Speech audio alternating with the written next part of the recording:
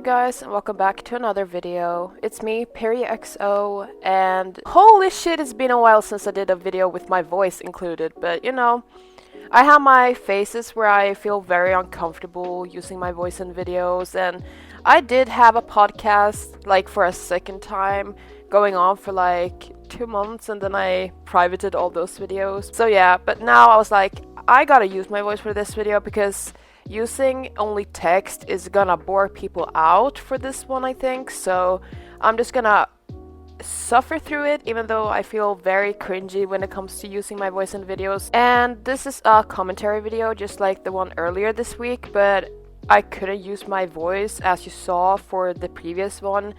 But this one is a commentary video about Little Mix that I've been wanting to do for like months now, because not only have I been thinking about this for like a year, but I've seen other mixers discuss this on like Reddit, on Twitter, even on my YouTube comment section, and I've discussed this with friends on Instagram. Like everyone have been discussing this for like the past 2 years, and it's gonna be about the last era of Little Mix, which was the Between Us era. I just want y'all to know that this is not a hate video, this is a commentary video which is mainly focused on discussing what I think. I don't hate the Between Us era, it's just that if I could rank the eras of Little Mix, I would put this on the bottom for the factors I will explain in this video.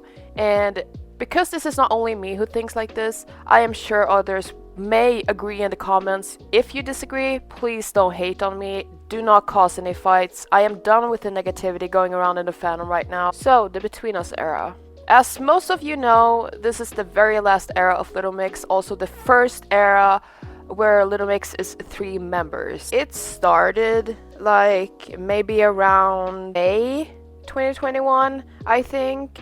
I know that's when they closed off the Confetti era with their music video for Confetti, which it was only the 3 of them, obviously because Jessie left the band. And their first single that they released for this era was Heartbreak Anthem. This was also around the time where the girls won their Best Group award at the Brits, and they had this big speech on the stage and they thanked Jessie and they credited all the other girl bands out there. Guys, we have just made history! Start by thanking our incredible fans, of course Jessie, and then our amazing team.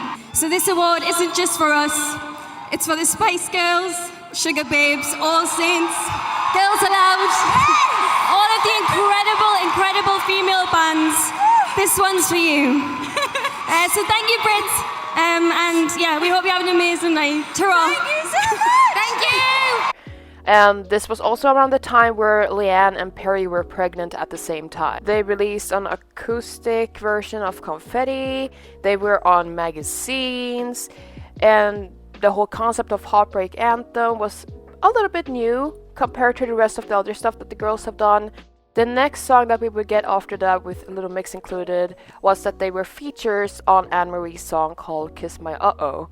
And it was like a reference to a movie, I think. I forgot the name of the movie, but I think y'all know what I mean with that. And that was fun. Again, as you can see, Leanne and Perrie were still pregnant. I think for the main, if not all of the videos that they recorded. Yeah, for all of the videos that the girls recorded, they were pregnant for all of their Between Us era videos. But Kiss My Uh-Oh was a bop. I still really like that song actually. It's very catchy, and I like that they referenced the movie on that. And yeah, I like that they had a little acting roles kinda. It was getting closer and closer to their 10-year anniversary. Well, then Love Sweet Love was born, which is a self-love anthem, and I think this is my top 1 favorite song from this era because I love the message, and it kind of reminds me of like a child to Mr. Loverboy, because if you listen to the instrumentals and how it's composed, it sounds very similar. Maybe that's just me. I just really love Love Sweet Love, and it didn't get the love it deserved. This was also around the time where the girls would really like properly recap back to their past 10 years as a group, and they were celebrating that. And then later on, then we got No, which was another song I feel as though No was kind of proof that they were running out of ideas, which I like to call it. Now, I'm not the fly on the wall knowing exactly what has been going on in that studio when the girls were creating their OD3 music, but I just feel if we compare No to the rest of their songs, it had gone downhill quite a bit, but that's just a subjective personal opinion. You could think otherwise. I just think that No is proof that they needed a break, which y'all want to call this. I know many of y'all have been coming at me for saying that, oh, they didn't disband, they are on a hiatus. Well, in case y'all don't know this, a hiatus, sure, it could probably mean hiatus, but hiatus is sometimes used as a soft term for disbandment. I hate to break that to you. Anyway, No was released. It was okay, but felt like a little bit like a lackluster.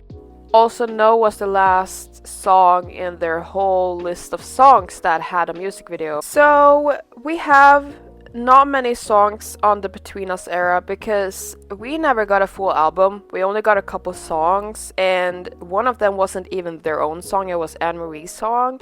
But we have Heartbreak Anthem, Kiss My Uh-Oh, Love Sweet Love, Trash, Cut You Off, No, and Between Us. I feel like this is where I'm gonna mention the whole why I feel like they were running out of ideas, because if y'all look on the discography of Little Mix, there is plenty of songs about exes, love, being confident, self-love, female empowerment.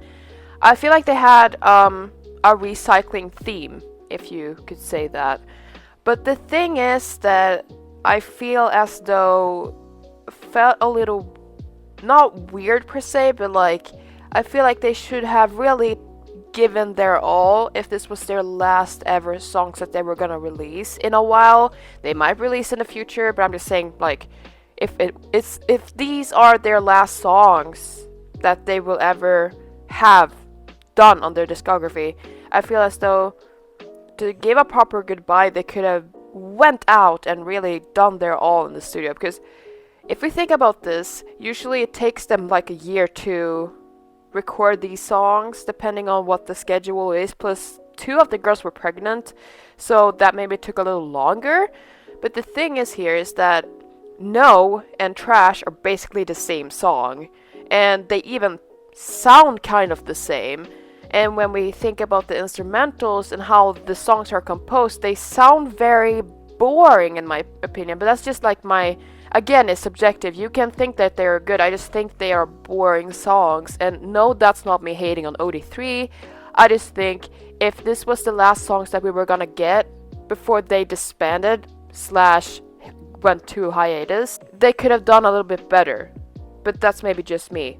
Who knows? I know others agree. I'm just saying. I'm just trying to put it on the table that I'm not hating here, because in today's generation of mixers or all that kind of jazz when it comes to this whole fandom is that if you say on an opinion about a song or like with an era or any opinion you have about Little Mix, if they disagree with you, they will hate on you. So I'm just gonna put it out on the table that I'm not hating. It's a subjective opinion, and I think that No and Trash are boring songs. But that's my opinion. You can disagree all you want.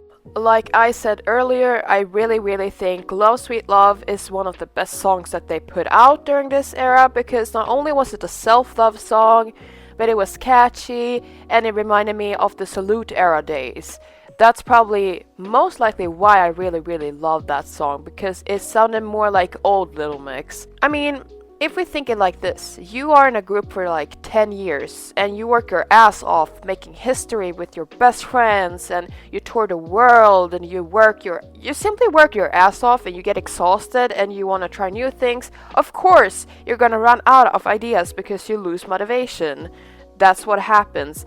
That's what happens in life. You sometimes have to move on, and I think this is what was happening by the end of during the Between Us era. When they released these songs, it was proof that the girls just didn't know what to make anymore, and that's probably what they meant in their statement with recharging, that they were very excited about trying new things. I think mostly for Leanne, she was very excited to start her solo career, so I think her mind was more directed towards that and being excited about that, which is nothing wrong about that. I would also be excited to start a solo career if I was in a group for 10 years and I wanted to explore my stuff and my genres that I prefer. That makes a struggle in the studio when you want to write songs and come up with something new, and it's hard when you already done pretty much everything. That's what I'm trying to put out here. So no, I'm not saying that the girls are not creative. They are very creative, all 4 of them, but it's just that I feel like they were just not in it for it anymore, and that was pretty obvious if you saw through the whole facade that they put up, that we're gonna come back and we are forever. Of course Little Mix is always gonna be forever in our hearts. Moving on to Between Us, I love that song, actually. I know a lot of my friends don't like the fact that this is just an OD3 friendship song, but that's also the only OD3 song about their friendship that we have, because My Love Won't Let You Down, Always Be Together, Nothing Else Matters. I could be forgetting any other songs, but those 3 that I just mentioned are OD4 focused. It's fine that they were praising their friendship as a 3. One thing though, I will mention, and I know people will disagree, but it's the fact that when they created the video for Between Us, they could have just used OD3 footage. Because we know there are plenty of them out there. There is plenty of footage that isn't edited, mind you, where Jessie is not there or included at all. Maybe she was behind the camera. I have seen that there are plenty of moments in their career where they have only been Leanne, Jade, and Perrie. Why not use those footage for the Between Us music video? Now, maybe it was not the girls' idea. This could pretty much be their team that decided this. I'm not putting the blame on them. I just think that if they wanted to purely make a music video focused on their OD3 friendship with the song about their OD3 friendship, they could have included just OD3 footage that already existed. I have to say something positive about this era though, and I like that it was very focused on looking back on their previous years as a group, and I love that they did this little series talking about their albums, but I feel as though we deserve just something more, and I know it feels rude to ask for that when 2 of them were pregnant at the time. If we look back at the time where when they still were together and the Between Us era was still ongoing, I saw a lot of mixers, especially on Twitter, that people expected more from the girls, whether it was a full album or a proper documentary, like a second one, a documentary reflecting on their years, not the at-home documentary that we got. That we deserved something more than just what we got, because we got just a few songs and a couple music videos and a little tour in the UK. That's pretty much all that we got. What I'm trying to say here is that I feel like we didn't get a proper goodbye. And I think that's what bugs me the most with this era, is that it felt kind of rushed. And I've seen other mixers say this too, that this era felt rushed. Now, why it was rushed, I have no clue. It went by too fast, and I feel like if we had gotten either a full album with the 3 of them, would have been more content. And I know other people would have been too, because it's like, okay, we get a proper closing of this chapter, right? But we didn't. We got a couple songs, we got a couple videos on YouTube, and a YouTube documentary that was just them talking about their years again, which they already had been doing for like the whole era, and then a tour that I will also talk about in a second. And if you've been a mixer for a very, very long time, that's obviously gonna bug you, because you're gonna miss the girls and you feel sad about it, because at the time I was really sad. Why are we not getting anything else? Like, is there something else coming, or is this it? If I were to choose here, I would have wanted the girls to make a full album. It maybe just a small album, I don't know, like a last studio album with just the 3 of them, because the Spice Girls did record a last album as a 4 when Jerry left, so why couldn't Little Mix do that? I know a lot of us wanted a proper album in the end, just so we could enjoy their music one last time. Then we move on to the beloved Confetti Tour, which most of y'all know who are subscribed to me that this is my least favorite tour ever, and I have my reasons. It's kind of funny actually, because it's not that I hate the tour or anything. I think the girls slayed regardless, they did their best, but I feel like they could have waited a little bit. But apparently their hiatus slash disbandment was in the schedule, so they couldn't postpone it even more. But I feel if I could say my personal opinion here is that 1, they should have waited a little bit extra so Leanne and Perrie could have recovered more. Not only that, but I feel as though whoever was designing the damn outfits for this tour, who are you and why did you design them like that? I think I only liked 2 of their outfits because I find them iconic now afterwards. What the hell was happening with the styling? I know many people agree, that's the thing that's so funny, because they truly lived up to the whole Confetti Tour name, but damn. If we compare the Confetti Tour to the LM5 Tour, Confetti Tour is quite laughable if you think about it. They slayed with their vocals that weren't lip-synced, because we finally got Love Me or Leave Me live, which I love and adore. We got iconic dance breaks such as the one from Black Magic and the Touch one. Free your mind.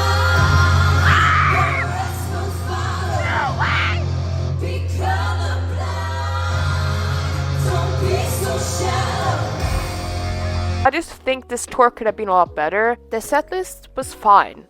Like, I don't mind the setlist. I just think that they maybe remade it a little better. I don't like they included Reggaeton Lento again on the setlist, because that song is very Glory Days. Should have stayed in the Glory Days. Then again, also, I feel as though they swapped the places of the songs and put them in the wrong section of the acts, because they perform No More Sad Songs on the Lift in the Air, which is a song they dance to. I get singing ballads and stuff on that thing, but why did they sing No More Sad Songs up there? That's what's confusing me. If we go a little bit deeper into the whole performances itself, I think Sweet Melody could have been better. I feel the choreography that they used didn't match the song, because we saw how they performed Sweet Melody the other times as a 3 and they slayed. The Black Magic dance break, I love it. It's not even a dance break, it's like a little sequence where they were doing choreography. I think that choreography would have been nice if they had other outfits, because the outfits, the bodysuits didn't fit the whole theme of that choreography. I love that we got Breakup Song, that's one of my favorite Confetti songs. But then also, I think I saw this commentary video from another YouTuber. Their channel is called Ain't No Other Fan, and he said that they were really overdoing their vocals sometimes. Mostly it was Jade, I think, and I agree. I really agree with that. I feel as though the times they did do live vocals during that tour was too much, or they changed it too much. They were just letting loose and doing whatever they wanted on that stage, and honestly, I don't mind them. They were done with Little Mix, but it's like, it was their last tour. We should have gotten an upgrade from LM5 tour, at least the same level, because if you remember the Little Mix that we had prior to the pandemic, they were perfectionists and they always wanted to upgrade every single time. When it comes to Brits performances and tours, they always wanted to upgrade, but we didn't get an upgrade, we got a downgrade, which is probably not their fault. But you're all gonna be like, oh, you're so pessimistic, you're very negative about this whole era and the tour and everything, all you're doing is complain. And I have been saying some positive things earlier in the video as well. What I like about this era is that we got Love Me or Leave Me live, we got some of the new songs live, and I like that they reflected on the previous eras and their albums and their history. They made history during this era, and I think that's what I hold close to my heart the most, is that they won Best Group at the Brit Awards. I think in this case, mainly because of how rushed this era felt, that overpowers the positives, in my opinion. At least we deserved a full album. That's what I'm gonna say. We deserved a full album as a proper goodbye. So the conclusion of this video is that I think Between Us era was a little bit rushed. It felt too short. We didn't get a proper goodbye. I think we deserved a better goodbye. I'm grateful for what we got at the end of the day. Like, they did their best and they worked hard despite having 2 pregnant members in the group. They did what they could. I don't blame the girls. We could have gotten more, that's what I want to say, but I'm grateful. Again, I'm gonna repeat myself. I don't know what else to say other than that I feel like this era could have been a lot more. I hope you'll have a good day and happy Friday, and I hope everyone is doing well, and I'll see you in the next video.